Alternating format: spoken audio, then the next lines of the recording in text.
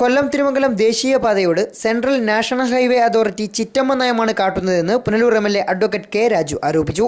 National ഹൈവേയുമായി ബന്ധപ്പെട്ട് ഉയർന്നു വന്നിട്ടുള്ള ജനവികാരം കണക്കിലെടുത്ത് കൊല്ലം ജില്ലയിലെ NHന്റെ എക്സിക്യൂട്ടീവ് എഞ്ചിനീയർ ഓഫീസിൽ ഞാൻ എത്തുകയും ഇന്ന് പുനലൂർ TV-യിൽ വെച്ച് നമ്മുടെ പുനലൂർ മുതൽ കോട്ടവാസൽ വരെയുള്ള NHന്റെ ഇന്നത്തെ സ്ഥിതിയെ സംബന്ധിച്ച് ഒരു അവലോകനം നടത്തി അതെങ്ങനെ പരിഹരിക്കാം, റോഡിൻ്റെ ശോച്യാവസ്ഥ എങ്ങനെ പരിഹരിക്കാം എന്നുള്ളതിനെ സംബന്ധിച്ച് തീരുമാനമെടുക്കുന്നതിന് വേണ്ടി യോഗം വിളിച്ചിരുന്നു. ആ യോഗത്തിൽ ബഹുമാന്യ മുനിസിപ്പൽ ചെയർപേഴ്സണും വൈസ് ചെയർമാനും മറ്റുള്ളവരും പങ്കെടുത്തു. റോഡ്സിൻ്റെ NHന്റെ ഇയും അതുപോലെ തന്നെ AXയും AEയും മറ്റുദ്യോഗസ്ഥരും ഉണ്ടായിരുന്നു.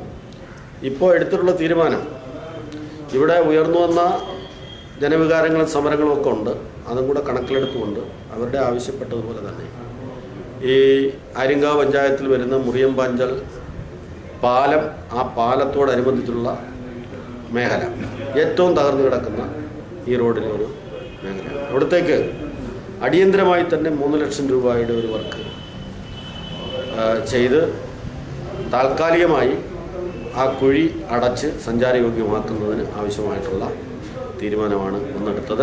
പുനലൂർ കോട്ടവാസൽ റോഡിന്റെ റീടാറിങ്ങിനായി കൊല്ലം ദേശീയപാത വിഭാഗം 18 കോടി രൂപയുടെ എസ്റ്റിമേറ്റ് തയ്യാറാക്കി നൽകിയിരുന്നു. ഇതുകൂടാതെ പൂർണ്ണമായും തകർച്ചയിലായ മുറിയൻ പാഞ്ചാൽ പാലം, കഴുതുരുട്ടി ഇരട്ടപ്പാലം എന്നിവയുടെ നിർമ്മാണത്തിനായി 3 കോടി രൂപയുടെയും എസ്റ്റിമേറ്റ് തയ്യാറാക്കി അയച്ചു. എന്നാൽ നാളുകളേറെ കഴിഞ്ഞിട്ടും അധികൃതർ വേണ്ട നടപടി സ്വീകരിക്കാത്തതായി MLA കുറ്റപ്പെടുത്തി. ഇതു സംബന്ധിച്ച് റോഡിന്റെ ശോചനീയാവസ്ഥയ്ക്ക് പരിഹാരം കാണുന്നതിനായി കൊല്ലം MP-യുടെ ഇടപെടലിനായി ബന്ധപ്പെടുമെന്നും MLA അറിയിച്ചു. പുനലൂർ മുതൽ കോട്ടവാസൽ വരെയുള്ള റോഡിന്റെ ശോചനീയാവസ്ഥയെ സംബന്ധിച്ച് പുനലൂർ TV-യിൽ വിളിച്ചു ചേർത്ത അവലോകന യോഗത്തിന് ശേഷം മാധ്യമപ്രവർത്തകരോട് സംസാരിക്കുകയായിരുന്നു MLA. തകർന്നു കിടക്കുന്ന ആര്യങ്കാവ് മുറിയൻ പാഞ്ചാൽ പാലത്തിൽ 3 ലക്ഷം രൂപ ഉപയോഗിച്ച് അടിയന്തരമായി അറ്റകുറ്റപ്പണികൾ നടത്തി താൽക്കാലിക പരിഹാരത്തിനും TB ജംഗ്ഷൻ മുതൽ വാളക്കോട് കലയനാട് ഭാഗങ്ങളിലെ കുഴികൾ നാളെയും മറ്റന്നാളുമായി നികത്തി അടിയന്തരമായി സഞ്ചാരയോഗ്യമാക്കാനും യോഗത്തിൽ തീരുമാനമായി. ഇതിനായി 73,000 രൂപയുടെ എസ്റ്റിമേറ്റ് തയ്യാറാക്കി കഴിഞ്ഞു. തുക പോരാതെ വന്നാൽ കൂടുതൽ വിനിയോഗിക്കും. ശബരിമല സീസണുമായി ബന്ധപ്പെടുത്തി സംസ്ഥാന സർക്കാരിന്റെ ഫണ്ട് ഉപയോഗിച്ച് റെക്ടിഫിക്കേഷൻ വർക്കുകൾ ഉടൻ ആരംഭിക്കുമെന്നും MLA അറിയിച്ചു.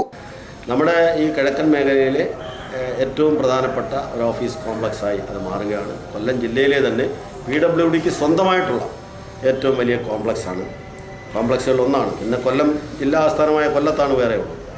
അത് ഉടനെ തന്നെ എൻ്റെ നിർമ്മാണം പൂർത്തീകരണം നടത്തും.